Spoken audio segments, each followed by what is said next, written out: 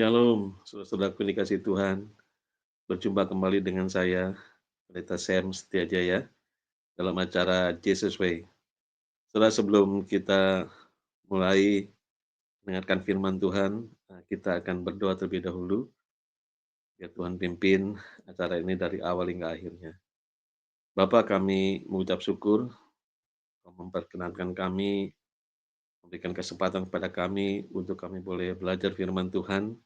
Berikan bagi kami Tuhan pencerahan, Tuhan Allah Roh Kudus yang memberikan kami Tuhan pengajaran, memberikan hikmat bagi kami, sehingga kami boleh mengerti Tuhan apa yang kami dengar, kami pelajari pada hari ini. Terima kasih Bapak, kami serahkan waktu ini ke dalam tangan Tuhan. Dalam nama Yesus, haleluya, amin.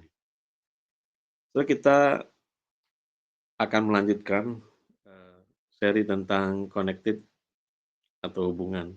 Nah, dalam kesempatan ini, saya ingin sharing firman Tuhan tentang esensi dalam hubungan kita dengan Tuhan. Apa yang terpenting, apa esensi yang utama di dalam hubungan kita dengan Tuhan.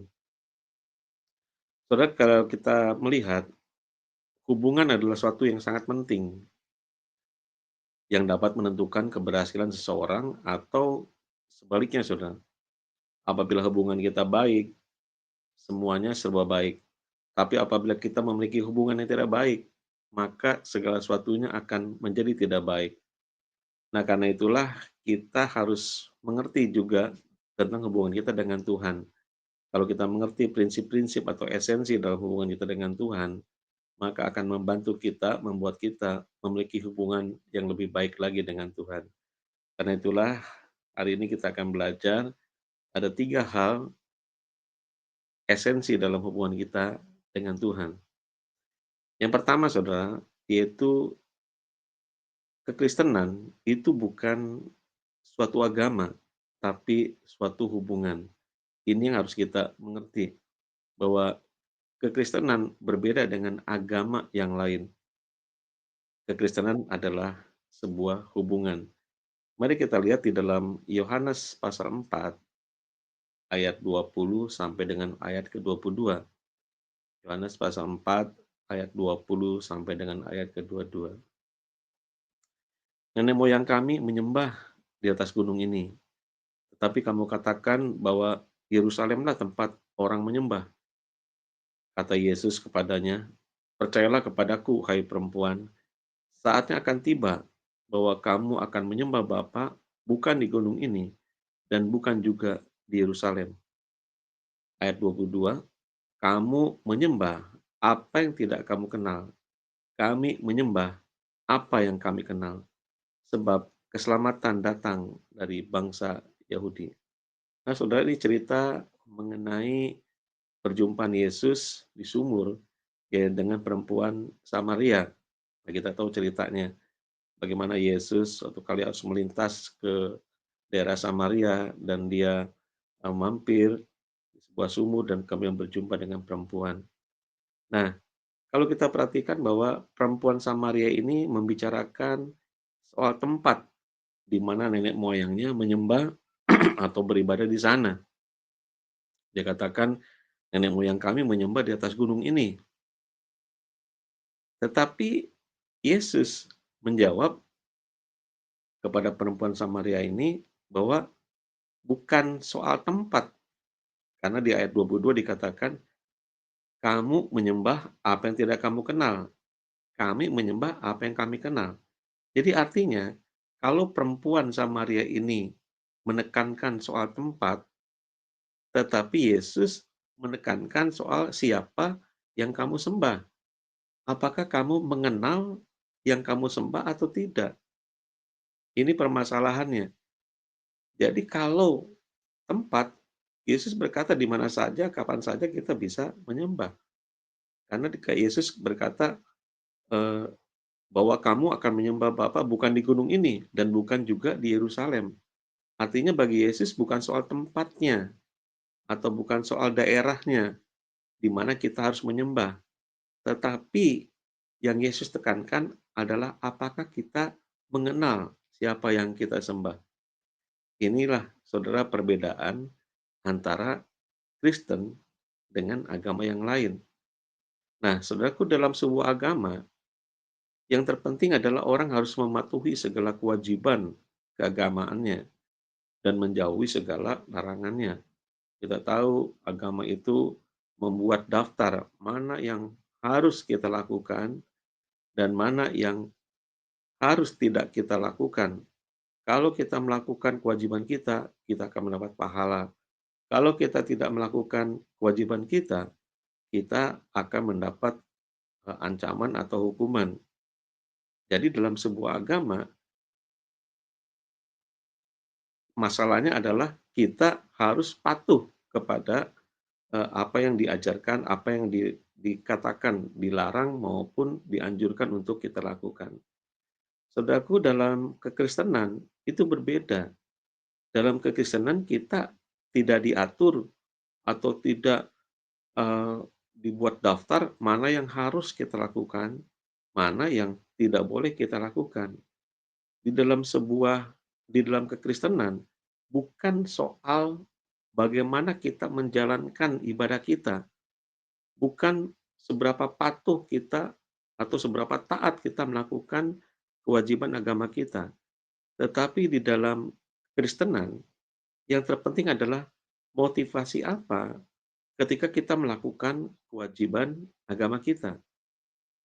Apa yang mendasari kita melakukan kewajiban kekristenan kita, itu yang Tuhan lihat. Saudara, satu kali Tuhan Yesus mengecam para ahli Taurat. Kita baca dalam Markus pasal 7 ayat 6. Markus pasal 7 ayat 6. Jawabnya kepada mereka, "Benarlah nubuat Yesaya tentang kamu, hai orang-orang munafik. Sebab ada tertulis, bangsa ini memuliakan aku dengan bibirnya, padahal hatinya jauh daripadaku." Nah, saudaraku, dari ayat ini kita bisa melihat, sebetulnya ahli Taurat ini sudah menjalankan kewajiban agamanya, yaitu dia memuliakan Allah dengan bibirnya. Tapi bagi Tuhan Yesus itu nggak cukup, karena walaupun si ahli Taurat ini memuliakan Allah dengan bibirnya, tapi hatinya jauh daripada Tuhan. Nah, dari sini kita bisa melihat, saudaraku, bahwa yang terpenting bukan soal seberapa lama kita berdoa, seberapa rajin kita beribadah, seberapa banyak kita mungkin sudah memberikan menabur untuk pekerjaan Tuhan. Tetapi yang terpenting apa dasarnya kita melakukan itu? Apakah dasarnya hanya kita melakukan kewajiban agama atau karena memang kita mengasihi Tuhan? Nah, saudara, memang agama itu berbeda dengan kekristenan. Agama itu bahasa Latinnya adalah religio. Dari kata religio ini kita mengenal kata religion dalam bahasa Inggris atau agama. Religio ini artinya adalah kewajiban. Jadi kata kerja dari religio ini yang saya catat adalah religare, yang berarti ikatan atau mengikat erat. Jadi agama, saudara, mengikat erat kepada peraturan dan kewajiban. Itulah agama. Jadi ikatan erat kepada peraturan dan kewajiban. Jadi berdasarkan sudut pandang agama, dibutuhkan serangkaian syarat untuk dapat diperkenan oleh Tuhan. Apakah kita sudah memenuhi syarat melakukan kewajiban-kewajiban agama kita, atau apakah kita sudah menjauhi semua larangan-larangan yang agama itu berikan. Nah, saudaraku, kekristenan itu bukan soal aturan dan tata cara ibadah yang harus kita lakukan, tetapi kekristenan adalah sebuah hubungan antara Allah dan manusia. Tentu dalam sebuah hubungan tidak perlu diatur, saudara, bagaimana kita berbicara. Contoh misalnya ketika kita memiliki di dalam keluarga kita nggak usah diatur atau nggak usah disuruh-suruh untuk memuji istri kita mungkin, memuji suami kita, memuji anak-anak kita. Kita nggak usah dipaksa-paksa untuk kita menyenangkan hati istri kita, atau menyenangkan hati anak-anak kita, atau menyenangkan hati orang tua kita. Semuanya terjadi secara alami karena hubungan. Nah, inilah yang diinginkan saudaraku di dalam sebuah kekristenan. Bahwa kekristenan itu adalah sebuah hubungan. Kalau kita menyadari bahwa kekristenan adalah sebuah hubungan, yaitu bukan soal peraturan, maka kita akan dengan leluasa, saudaraku, untuk dapat datang kepada Allah dimanapun kita berada, kapanpun waktu kita untuk mau berjumpa dengan Allah, kita tinggal berdoa datang kepada Allah. Kita tidak diatur oleh waktu untuk berjumpa dengan Allah. Kita tidak diatur oleh tempat untuk berjumpa dengan Allah. Tetapi kita memiliki suatu kesempatan yang seluas-luasnya untuk kita bisa berinteraksi dengan Allah yang kita kasihi. Karena memang kekristenan adalah sebuah hubungan. Saudara, pernah satu kali saya melihat di sebuah acara di TV, yaitu Bapak Gibran yang sekarang menjadi wakil presiden. Ketika itu saya lihat Gibran diminta telepon ke Presiden Jokowi oleh pemandu acara itu. Kemudian Pak Gibran ini telepon dan langsung dijawab oleh Presiden Jokowi. Saudara, kenapa Gibran langsung telepon dan langsung dijawab, langsung diangkat teleponnya oleh Presiden Jokowi? Karena dia anaknya, saudaraku. Dia memiliki hubungan. Coba kalau kita rakyat biasa mau telepon ke presiden langsung, tentu tidak bisa. Ada acara, ada protokoler yang harus kita penuhi kalau mau bicara dengan presiden. Nah, karena Gibran ini anaknya Jokowi, Bapak Jokowi, maka dia kapan saja bisa berhubungan, kapan saja dia bisa telepon, kapan saja dia bisa masuk kantor, kapan saja dia bisa datang ke rumahnya, rumah Bapak Jokowi, karena dia anaknya. Nah, seperti itulah gambaran kita dengan Tuhan. Saudaraku, sejak kita menjadi orang percaya, sejak kita diangkat menjadi anak-anak Allah, maka kita memiliki akses yang langsung, memiliki hubungan yang langsung kepada Allah yang kita sembah. Karena itu bersyukurlah kita, berbahagialah kita menjadi orang-orang percaya bahwa kita setiap saat bisa datang kepada Tuhan karena kita memiliki hubungan dengan Allah, yaitu sebagai anak-anaknya. Yohanes 1 ayat 12 berkata demikian. Yohanes pasal 1 ayat 12. Tetapi semua orang yang menerimanya diberinya kuasa supaya menjadi anak-anak Allah, yaitu mereka yang percaya dalam namanya. Saudaraku, karena saudara adalah anak, karena saya adalah anak-anak Allah, maka kita memiliki akses yang langsung untuk datang kepada Bapa yang kita sembah. Nah, saudara, yang kedua, jadi yang pertama tadi yang perlu kita perhatikan adalah bahwa Kristenan itu bukan sebuah agama.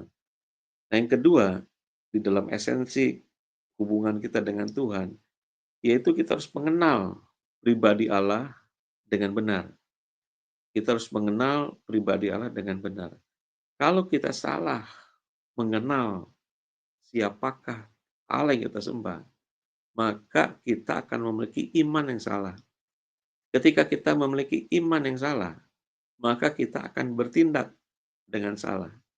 Karena itu, kita harus mengenal pribadi Allah yang kita sembah. Yohanes pasal 4 ayat 10, kita kembali lagi ke kisah perempuan Samaria ini. Yohanes 4 ayat 10 berkata demikian, jawab Yesus kepadanya, engkau tahu tentang karunia Allah, dan siapakah dia yang berkata, jikalau engkau tahu tentang karunia Allah, dan siapakah dia yang berkata kepadamu, berilah aku minum, niscaya engkau telah meminta kepadanya, dan ia telah memberikan kepadamu air hidup. Nah, saudaraku, Yesus menekankan, jikalau kamu tahu aja dengan siapa kamu bicara, yaitu ketika dia bicara dengan perempuan Samaria, maka niscaya kamu akan meminta kepadanya, dan ia akan memberikan kepadamu air hidup. Jadi kita dapat melihat di sini bahwa penekanannya adalah kita harus mengenal Allah yang kita sembah. Nah, saudara, pengenalan akan Allah ini terbangun dari apa yang kita dengar, karena iman itu timbul dari pendengaran, pendengaran akan firman Kristus. Jadi, jika kita memiliki persepsi yang salah akan Allah yang kita sembah, maka tindakan kita akan salah. Sebagai contoh, saudaraku, di dalam Roma pasal 10, mari kita lihat Roma pasal 10 ayat 1 sampai dengan ayat 3. Ini Paulus berkata kepada jemaat di Roma, Roma pasal 10 ayat 1 sampai dengan ayat 3. Saudara-saudara, keinginan hatiku dan doaku kepada Tuhan ialah supaya mereka diselamatkan. Sebab aku dapat memberi kesaksian tentang mereka bahwa mereka sungguh-sungguh giat untuk Allah, tetapi tanpa pengertian yang benar. Sebab oleh karena mereka tidak mengenal kebenaran Allah, dan oleh karena mereka berusaha untuk mendirikan kebenaran mereka sendiri, maka mereka tidak takluk kepada kebenaran Allah. Nah, saudara, di sini kita lihat bahwa walaupun orang Israel ini sungguh-sungguh giat untuk Allah, tetapi sayangnya mereka tidak memiliki pengertian yang benar tentang siapakah Allah. Seperti kita ketahui, mereka masih menunggu Mesias yang akan menyelamatkan mereka. Padahal Mesias sudah datang 2000 tahun yang lalu, yaitu Yesus Kristus. Tetapi karena mereka tidak mempunyai pengertian yang benar, maka mereka membangun kebenaran mereka sendiri. Sayang, jangan sampai itu terjadi pada diri kita. Kita giat, giat, sungguh-sungguh giat melakukan pekerjaan untuk Tuhan. Sungguh-sungguh giat kita berusaha melayani ke sana ke sini mungkin ya. Mungkin sudah banyak waktu, tenaga kita untuk kita keluarkan untuk pelayanan, tetapi kita tidak memiliki pengertian yang benar tentang Tuhan. Nah, saudaraku, ada banyak orang yang masih memiliki pengertian yang salah.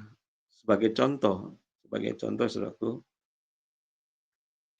suatu kali si A mobilnya tertabrak, mungkin dia tertabrak motor, kemudian orang ini berkata, "Wah, ini hukuman dari Tuhan, karena minggu kemarin saya nggak sempat ibadah." Kemudian ada lagi, kemudian dia mendapat suatu musibah, dan dia akan berkata lagi, "Wah, ini musibah karena Tuhan sedang menghukum saya karena saya tidak mengembalikan persepuluhan saya." Saudaraku, ini yang seringkali terjadi, saudaraku, di tengah-tengah jemaat, di mana jemaat merasa kalau dia mendapatkan sesuatu, itu dia sedang mendapat hukuman. Bahkan kita lihat ketika ada orang yang menderita sakit, mengalami sakit penyakit, orang itu berkata, "Ini cobaan dari Tuhan." Padahal Tuhan tidak pernah mencobai, Tuhan tidak pernah dicobai, dan Tuhan tidak pernah mencobai, itu Yakobus katakan. Dan ada banyak lagi hal-hal yang salah yang orang salah mengerti tentang Tuhan. Contoh misalnya begini, saudaraku, banyak doa, ini seringkali kita dengar, banyak doa, banyak berkat, sedikit berdoa, sedikit berkat. Saudaraku, sebetulnya ini benar, tetapi juga mengandung suatu pengertian yang salah kalau kita berpikirnya salah. Contoh, saudaraku, kalau kita berkata atau hanya melihat letterlek saja, banyak doa, banyak berkat, sedikit berdoa, sedikit berkat. Maka ketika kita melihat seperti itu, maka kita akan termotivasi untuk berdoa sebanyak-banyaknya agar mendapat berkat sebanyak-banyaknya, saudaraku. Hal inilah yang akan mengakibatkan kita memiliki motivasi yang salah. Karena berdoa yang banyak bukan untuk mendapatkan berkat yang banyak. Berdoa yang banyak memang akan mendapatkan berkat yang banyak, tetapi bukan itu yang mendasari kita untuk kita berdoa banyak-banyak atau berdoa berlama-lama dengan Tuhan. Kalau kita berdoa motivasinya supaya kita mendapatkan berkat, kalau kita berdoanya ingin supaya kita diberkati berlimpah-limpah, maka kita harus berdoa sebanyak-banyaknya, kita harus berdoa selama-lamanya supaya kita mendapatkan berkat yang banyak. Itu menjadi salah, karena berdoa adalah kita berbicara kepada Tuhan. Berbicara kepada Tuhan, motivasinya bukan untuk mendapatkan berkat, bukan hanya untuk meminta. Memang kita boleh, saudaraku, dan kita dianjurkan juga minta kepada Bapa, katanya firman-Nya. Tuhan akan memberikan, tetapi motivasinya bukan semata-mata kalau kita berdoa itu kita untuk meminta berkat. Kalau kita berdoa supaya kita mendapatkan, kalau kita berdoa yang lama, kita mendapatkan berkat yang banyak. Karena doa adalah komunikasi dengan Tuhan. Contoh misalnya, contoh dalam sebuah keluarga, supaya istri mendapatkan uang belanja yang banyak dari suaminya, apakah istri harus berbicara berlama-lama dengan suaminya? Jadi kalau istri berbicara berlama-lama, suaminya akan memberikan uang belanja yang banyak. Kalau istrinya berbicara cuma sebentar, suaminya akan memberikan uang belanja yang sedikit. Tentu tidak demikian. Nah, demikian juga hubungan kita dengan Tuhan. Istri berbicara kepada suami karena memang komunikasi dalam sebuah keluarga. Ada hubungan antara suami dan istri. Bukan soal urusan uang belanja.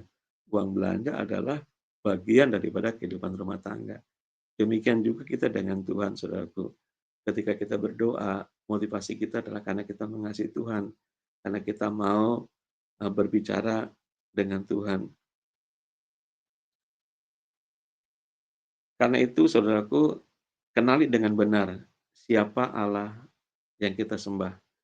Kalau kita tidak mengenali dengan benar, maka tindakan kita akan menjadi salah.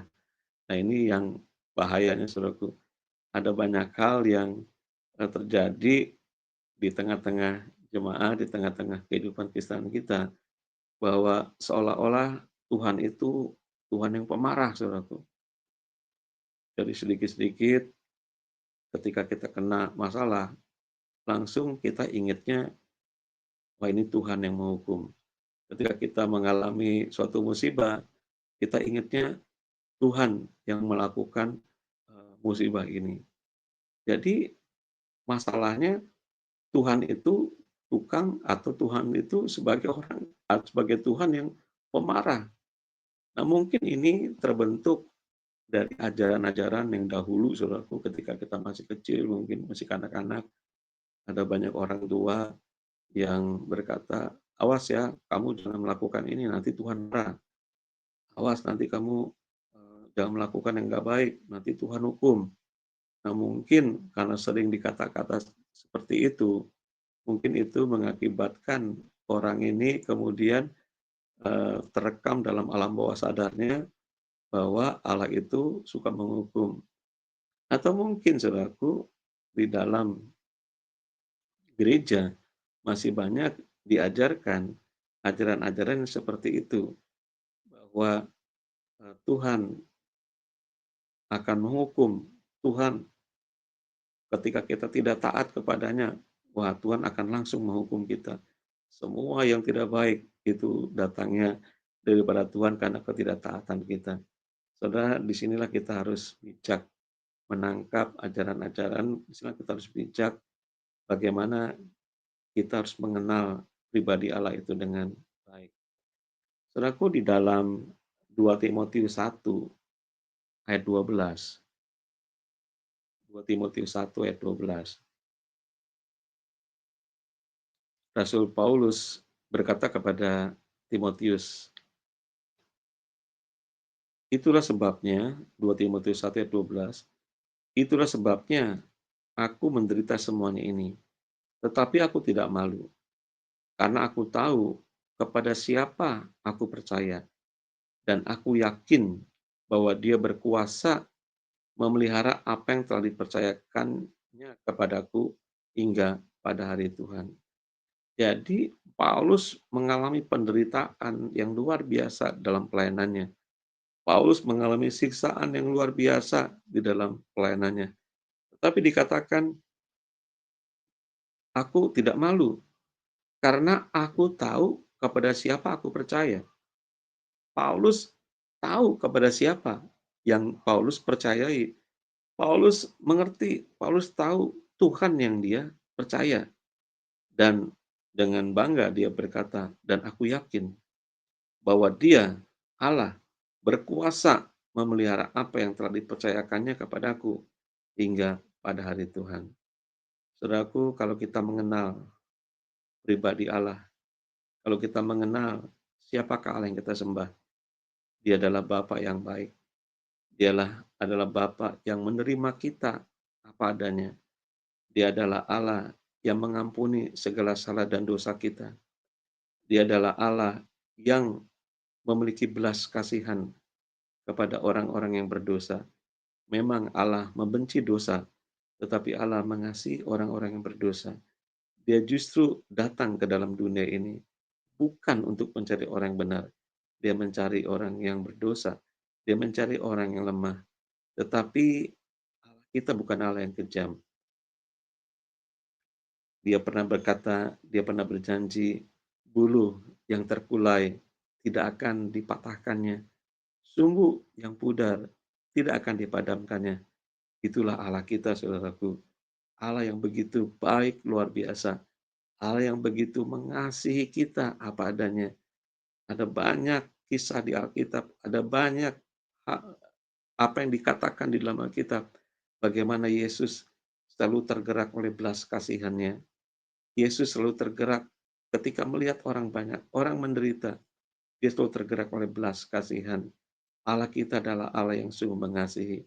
Kalau kita lihat ada banyak, salah satu yang mencerminkan kasih Allah sebagai Bapa yang baik, Bapa yang penuh kasih adalah kisah perumpamaan tentang si bungsu yang hilang, anak yang hilang.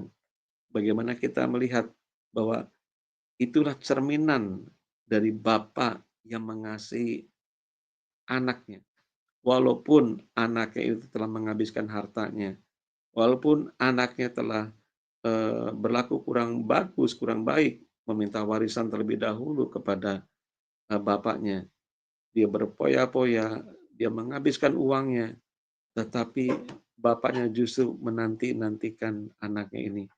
Dan ketika anaknya itu datang kepada bapaknya, justru bapaknya yang terlebih dahulu untuk datang menghampiri si anak ini. Saudaraku, demikianlah bagaimana kita lihat kasih Bapa. Bapa yang kita kenal, bukan Bapa yang pemarah, bukan Bapa yang suka menghukum, tetapi Bapa yang memberikan pengampunan kepada orang yang mau datang padanya. Saudaraku, mungkin ada di antara kita yang selama ini memiliki persepsi yang salah kepada Bapa. Kita takut mungkin ketika melakukan suatu dosa atau pelanggaran, kita justru menjauh dari Tuhan. Kita takut untuk berjumpa dengan Tuhan. Kita malu untuk datang pada Tuhan. Justru saudara, disinilah ketika kita melakukan suatu pelanggaran, seperti si anak yang hilang ini, datanglah kepada Bapa. Karena Bapa tidak akan menolak setiap orang yang datang, setiap orang yang mau mengaku dosanya dan bertobat. Dia tidak akan menyia-nyiakan, tetapi dia akan menerima. Bahkan Yesus memberikan undangan kepada setiap kita, marilah kepadaku, semua yang letih lesu dan berbeban berat. Aku akan memberikan kelegaan, keringanan kepadamu. Saudaraku, inilah Bapa yang kita sembah, Tuhan yang kita kenal. Karena itu, kenali lebih dalam lagi pribadi Allah. Kenali lebih dalam lagi apa yang Allah sudah berikan kepada kita. Maka itu akan membuat kita sungguh-sungguh datang kepada Tuhan. Nah, saudaraku, yang ketiga, jadi yang pertama, kekristenan bukan agama. Yang kedua, kita harus mengenal pribadi Allah dengan benar. Yang ketiga, saudaraku, kita harus terbuka di hadapan Allah. Kita baca Yohanes 4 ayat 16 sampai dengan ayat 19. Yohanes 4 ayat 16 sampai ayat 19. Kata Yesus kepadanya, "Pergilah, panggillah suamimu dan datang ke sini." Kata perempuan itu, "Aku tidak mempunyai suami." Kata Yesus kepadanya, "Tepat katamu bahwa engkau tidak mempunyai suami. Sebab engkau sudah mempunyai 5 suami, dan yang ada sekarang kepadamu bukanlah suamimu. Dalam hal ini engkau berkata benar." Kata perempuan itu kepadanya, "Tuhan, nyata sekarang padaku bahwa engkau seorang nabi." Saudaraku, perempuan Samaria ini pada mulanya menutupi jati dirinya, tetapi Tuhan Yesus kemudian membukakan kehidupan pribadinya. Saudaraku, kita lihat ketika perempuan Samaria ini mengakui apa yang Tuhan Yesus katakan terhadap dirinya, maka perempuan Samaria ini mengalami perubahan dalam hidupnya. Dia menjadi wanita pertama justru menjadi penginjil. Nah, disinilah diperlukan keterbukaan kita terhadap Tuhan. Saudaraku, Tuhan tuh Maha tahu. Kita nggak bisa menyembunyikan segala sesuatu di hadapan Tuhan, karena Tuhan adalah Tuhan yang Maha tahu. Tuhan yang mengetahui, mengerti pikiran kita dari jauh. Bahkan Tuhan yang sudah mengerti, mengetahui apa yang akan kita perbuat. Saudaraku, bayangkan, saudaraku, bila perempuan ini nggak mau mengakui jati dirinya di hadapan Tuhan, tentu tidak akan terjadi kisah seperti apa yang kita baca selama ini. Karena itu, saudaraku, di hadapan Tuhan, datanglah kepadanya apa adanya. Ceritakanlah ceritakanlah kepada Tuhan apa yang kita sedang alami. Mazmur 62 ayat 9 berkata demikian. Mazmur 62 ayat 9 berkata demikian, saudaraku. Mazmur 62 ayat 9. Percayalah kepadanya setiap waktu, Mazmur 62 ayat 9. Percayalah percayalah padanya setiap waktu, hai umat, curahkanlah isi hatimu di hadapannya. Allah ialah tempat perlindungan kita. Saudaraku, Yesus atau Tuhan menyediakan suatu tempat, ayo datang kepadaku, curahkan isi hatimu di hadapannya. Curahkan segala isi hati kita, apa yang sedang kita alami, apa yang kita sedang gumulkan, apa yang sedang kita takuti, apa yang sedang kita khawatirkan. Ayo curahkan isi hatimu di hadapannya. Terkadang kita salah mencurahkan isi hati kita. Kita mencurahkan isi hati kita kepada tetangga kita. Kita mencurahkan isi hati kita di depan kepada teman-teman kita. Akhirnya curahan isi hati kita itu tersebar luas kemana-mana. Nah, padahal Tuhan tidak menginginkan demikian. Tuhan inginkan, ayo curahkan isi hatimu di hadapan Tuhan. Maka ketika kita mencurahkan isi hati kita di hadapan Tuhan, Tuhan berjanji, saudaraku, seperti yang ada dalam Filipi 4 ayat 6 dan 7.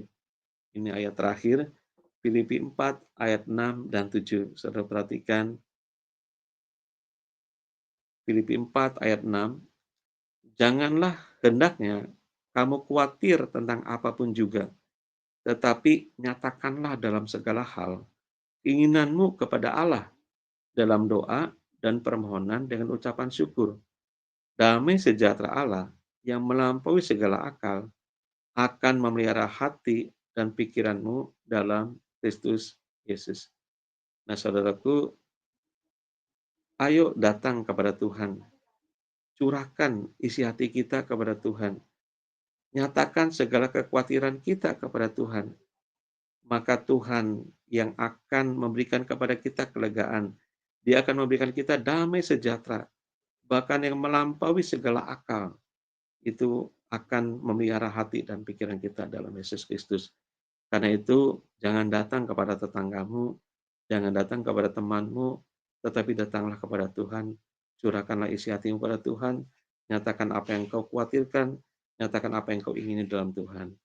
Saudaraku, demikianlah firman Tuhan, biar ini menjadi berkat bagi kita semua. Mari kita berdoa.